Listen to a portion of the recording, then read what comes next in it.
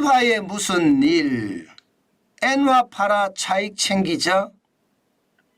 이 말이 여러분 사실일까요? 사실 엔화가 슈퍼엔저라고 해서요 100엔당 860원대까지 내려갔었잖아요. 지금은 100엔당 한 910원에서 920원, 좀 많게는 930원까지도 왔다 갔다 하고 있고요. 860원까지 떨어졌다가 910원, 20원까지 올라가니까 시장에 분명히 변화가 있습니다. 자, 여러분 이거 한번 보세요. 이거 한번 보세요. 전월 대비입니다. 거주자. 대한민국에 6개월 이상만 머물고 있으면 거주자가 됩니다. 그 거주자의 엔화 예금 감소액. 그러면 대한민국에 6개월 이상 머물고 있으면 한국 사람이든 외국 사람이든 엔화를 쥐고 있으면 다 포함이 된다는 뜻이겠죠? 예, 다 포함이 된다는 뜻입니다. 그런데 줄었어요. 달러로 환산을 해보니까 2억 2천만 달러가 줄어들었습니다. 2억 2천만 달러가. 실제입니다. 실제. 지난 11월만 하더라도요. 99억 2천만 달러로 역대 최고였습니다. 그러니까 대한민국에 6개월 이상 거주한 사람들이 엔화를 엄청 쥐고 있는 겁니다. 99억 2천만 달러 어치를 갖고 있는 거예요. 엄청나죠. 과거에 한번 보세요. 과거에 엔화 그렇게 많이 안 갖고 있었습니다. 2018년만 하더라도 43억 5천만 달러 어치만 가지고 있었어요. 뭐 그렇게 멀리 가지 말자고요. 2023년 4월 달에 보세요. 53억 2천만 달러밖에 안 가지고 있었습니다. 그러던 것이 지금은 99억 2천만 달러. 여기에서 좀 줄었습니다. 97억 달러로 2억 2천만 달러 줄었습니다. 그러니까 일부는 엔화를 팔아서 차익을 실현했다는 이야기가 되는 거죠. 그죠? 예. 일부는 11월에 비해서 12월에 99억 2천만 달러가 97억 달러가 됐으니까 2억 2천만 달러 어치를 나가서 썼던지 그렇지 않으면 수익으로 차익으로 챙겼던지 둘 중에 하나라는 뜻입니다. 그런데 한국은행에서 분석하기는요. 차익 실현을 했다 이렇게 분석합니다. 왜냐고요? 아마도 이게 영향을 미쳤지 않았을까요? 개인들이 거주자 외화예금을 얼마나 가지고 있느냐를 나타내주는 지표인데 늘었습니다. 조금. 11월 달에는 155억 2천만 달러였고요. 12월 달에는 156억 2천만 달러였습니다. 1억 달러가 늘었습니다. 그러면 개인들이 말입니다. 엔화를 차익으로 실현을 시켜서 달러를 샀다는 이야기가 되는 건가요? 그렇게 이해할 수도 있습니다. 그렇게 이해할 수도 있습니다. 그래서 차익을 실현해서 오히려 그 돈으로 달러를 샀다. 이렇게 이야기하고 있는 겁니다. 야, 이것을 보면 여러분, 저는 엔화가 슈퍼엔저니까 엔화를 사서 이익이 나니까 팔아서 그 돈으로 달러를 샀다. 이게 핵심 내용으로 분석이 됩니다. 물론 말입니다. 과거처럼 지금 많이 달러를 가지고 있지는 않아요. 2020년엔 진짜 많이 갖고 있었어요. 198억 1천만 달러. 2021년에도 187억 7천만 달러를 가지고 있었으니 굉장히 많이 갖고 있었습니다. 그러다가 2023년에 들어와서는 평균으로 보면 한 140억 달러 정도 가지고 있었거든요. 그런데 작년 12월에는 156억 2천만 달러니까 달러를 그만큼 많이 가지고 있었다. 이런 뜻도 됩니다. 결국 말입니다. 엔화는 줄어들었어요. 그러나 그 엔화가 줄어드는 내용이 그렇게 크지는 않다. 여기에 큰 방점이 있습니다. 엔화를 팔아서 차익을 내신 분도 많은데 아니야.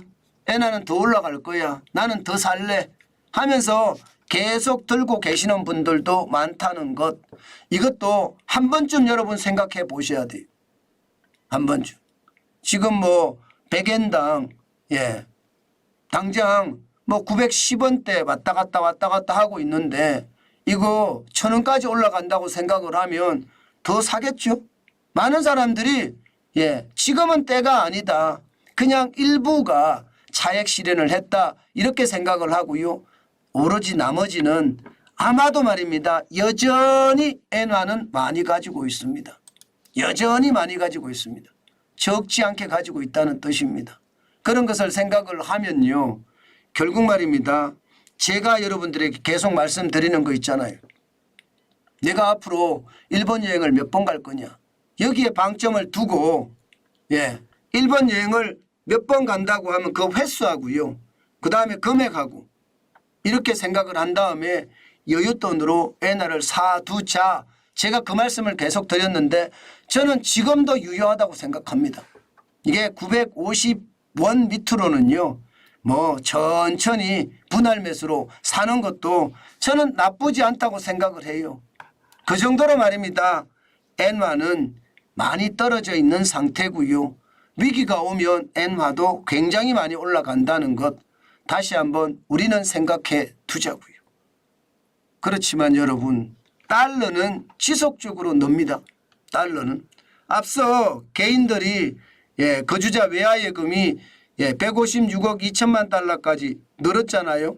한 달 전에 대비해서 1억 달러가 늘었잖아요. 실제 기업들은 더 많이 늘었습니다. 지금 기업들은 11월과 12월 사이에 보면 거주자 외화예금이요. 장난 아닙니다. 862억 4천만 달러가 882억 2천만 달러, 20억 2천만 달러가 늘었습니다. 이 말은 여러분 기업들은 달러 안 판다는 이야기예요. 수출해서 달러 벌어들이면 계속 쟁여둔다는 얘기예요. 게다가 금액도 적지 않잖아요. 작년 12월 기준으로 882억 8천만 달러니까 2022년보다는 적지만 역대 두 번째 아니에요. 2022년에 960억 달러였으니까 그때 이후로 역대 두 번째입니다. 결코 적은 숫자는 아닙니다. 그래서 많은 분들이요. 달러는 위험을 회피하는 수단이다 이렇게 이야기합니다. 왜? 지금 우리 경제가 어떤 쪽으로 어떻게 발전할지 모르기 때문에 달러를 사서 나는 위험을 회피하겠다 이런 사람들이 많아진다는 이야기입니다. 그게 시장에서도 크게 작동이 되고 기업들은 아무래도 개인보다는 더 빠르니까 정보도 많고요. 그러니까 기업들은 계속 들고 있는 거죠. 실질적으로 말입니다. 거주자 달러 예금을 보면 말입니다. 달러 예금도 19억 6천만 달러로 늘어납니다. 달러 예금도. 거주자 달러 예금은 전체를 말하는 거잖아요. 기업하고 개인 다 말하는 거니까 늘어납니다. 857억 9천만 달러까지 늘어났습니다. 19억 6천만 달러가 늘어났어요. 그래서 결국은요.